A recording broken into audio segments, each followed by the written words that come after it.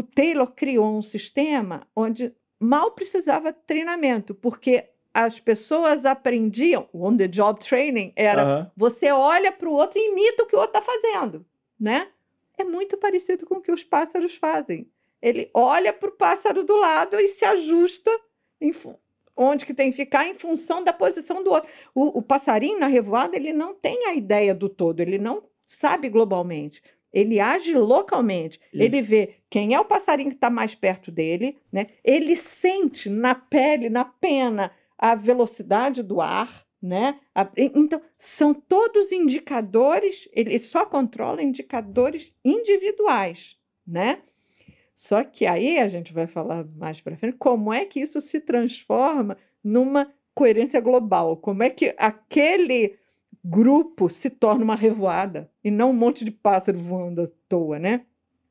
O outro ponto interessante que você falou agora é quando no Japão, no pós-guerra, não podia mais demitir ninguém, e aí eles falaram, bom, agora o que a gente vai fazer, né? Olha o que foi interessante aí, o que mostrou essa quebra no modelo taylorista, que o modelo taylorista, ou você pode interpretar, ou o modelo taylorista não funcionava mais tão bem, ou tinha a oportunidade de funcionar melhor, depende, você pode interpretar dos dois lados, né?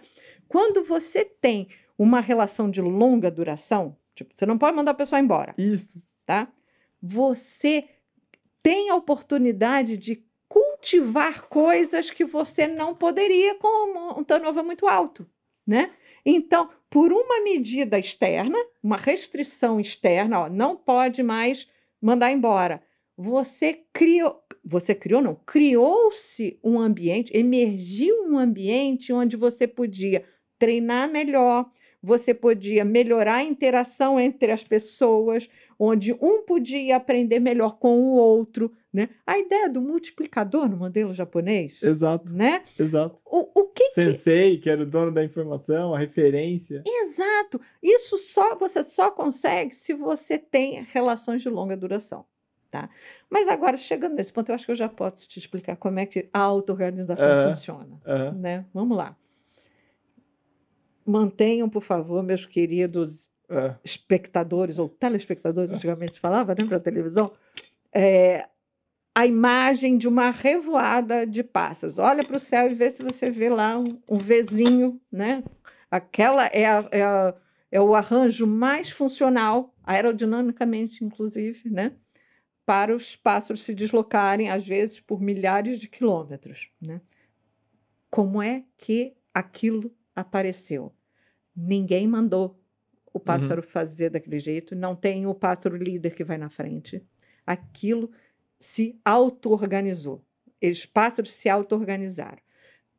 Primeiro, cada um tem autonomia para julgar o que deve fazer. Se dá mais gás, voa mais rápido ou voa mais devagar, baseado no que ele julga do ambiente imediato dele, da temperatura do ar, da velocidade, da presença de um outro pássaro ou da presença de um obstáculo. Tá? Então, o indivíduo tem autonomia para agir conforme o que ele julga do ambiente imediatamente ao redor dele.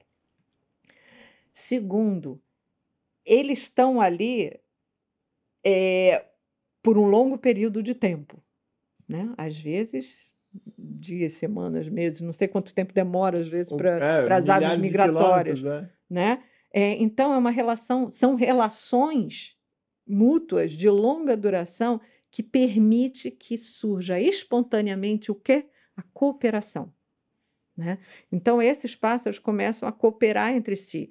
Né? Tipo, não vai lá um morder o outro, derrubar o outro. Não, um está cansado, o outro vai, ocupa o espaço. Enfim, a cooperação ela é espontânea. Eles também não decidem, vou cooperar com o meu amiguinho. Não, espontaneamente o comportamento é cooperativo. Um terceiro ponto, dado que você tem essa relação de longa duração, você começa a ter o que eu chamo de agregação.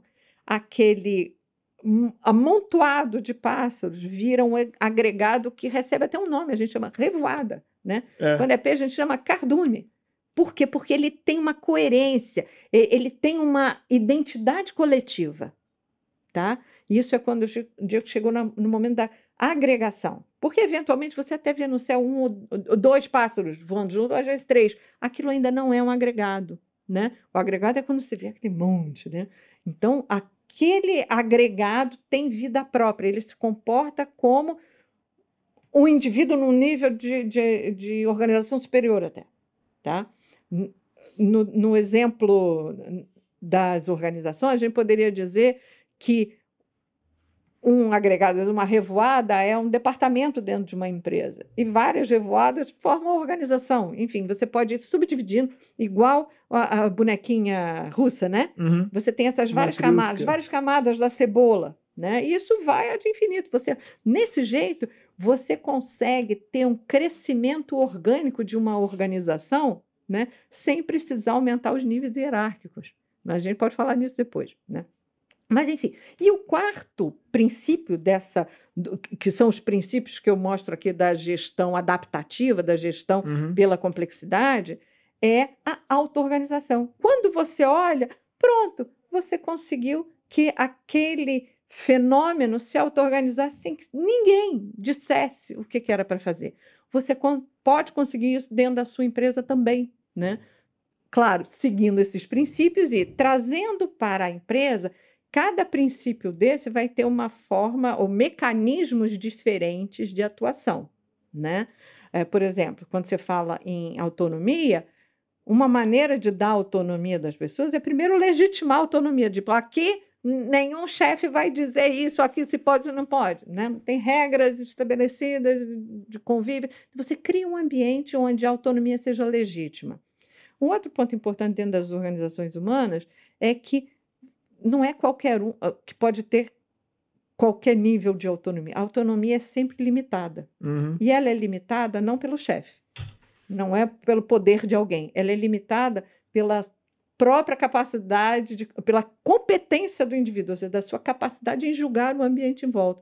Voltando ao passarinho, se aquele passarinho estiver cego, por exemplo, ele já vai ter autonomia limitada. Então, de repente, ele vai ter um outro jeito de seguir, talvez mais próximo de um outro pássaro, porque ele não está enxergando. Enfim, a autonomia depende da competência. Nos dias de hoje está muito ligado à educação, a treinamento, né? Então, você não pode jogar no colo lá do seu funcionário e, você é autônomo. Bom, peraí, né? Eu sou autônomo dentro... É que quase... Eu tô fazendo... Vamos ver se eu tô sendo simplista demais, me corrija. Mas é quase que você conseguir simular por meio das regras ou do ambiente da empresa, o ambiente físico que os pássaros estão imersos. Isso. É meio que, puxa, olha, esse daqui é o ambiente físico. Se mudar o vento, se mudar a corrente, se mudar a temperatura, a pressão, vai influenciar o arranjo.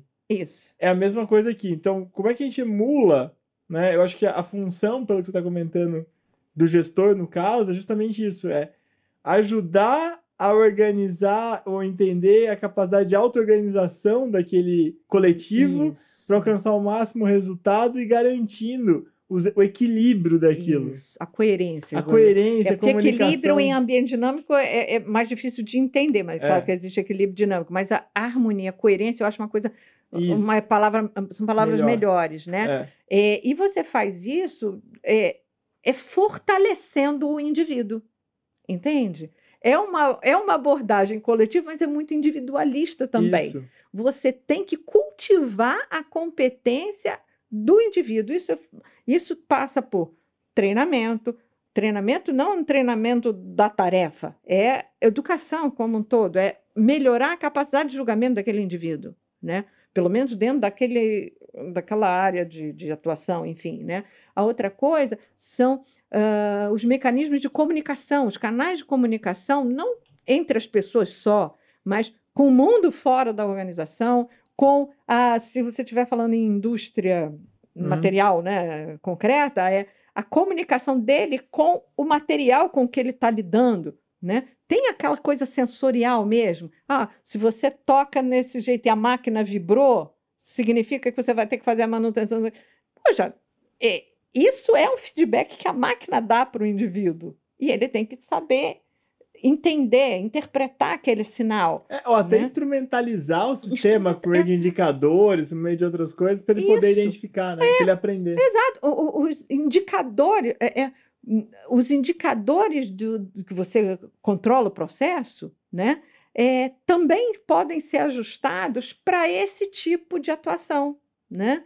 Então, você não precisa jogar fora as coisas que você já tem na sua empresa, você adapta, né? Você rearranja. Por isso que eu estou dizendo, esse modelo que eu sugiro, ele está aqui, ele está no nível da arquitetura das relações, né? Você não joga nada fora do que você já faz, a não ser que não esteja servindo mais, mas ela é compatível com as técnicas de gestão da produção ou de organização do trabalho mais modernas. Ela é compatível com isso tudo, né? Então, eu me perdi o que eu ia falar como é que você dá as condições para que isso aconteça, né? Então, papel do gestor. o papel do gestor é atuar sobre esses 4 pilares, se você quiser. Seguir esses 4 princípios para que a sua organização, no final das contas, se auto-organize, né? Então, isso passa, por exemplo, por promover a cooperação espontaneamente.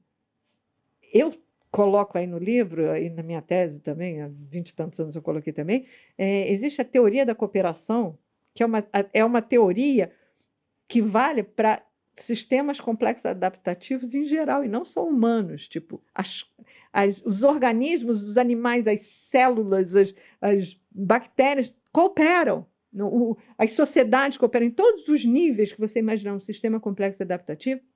Essa teoria da cooperação vale. E uma das coisas que precisa ter para que surja, para que emerja a cooperação espontânea é a duração das relações. O futuro tem que ser importante para todos os atores ali. Igual, né? Tipo, eu tenho que valorizar amanhã, a minha relação futura com você amanhã, né? Porque se eu pensar assim, eu nunca mais vou te ver amanhã, então eu posso passar rasteiro em você, eu não vou te ver mesmo, né? Agora, se eu pensar, pode ser que lá na frente eu encontre novamente com o Virgílio, vai ser chato se ele lembrar que eu passei uma rasteira nele. Então, espontaneamente, sem você precisar ter um cérebro,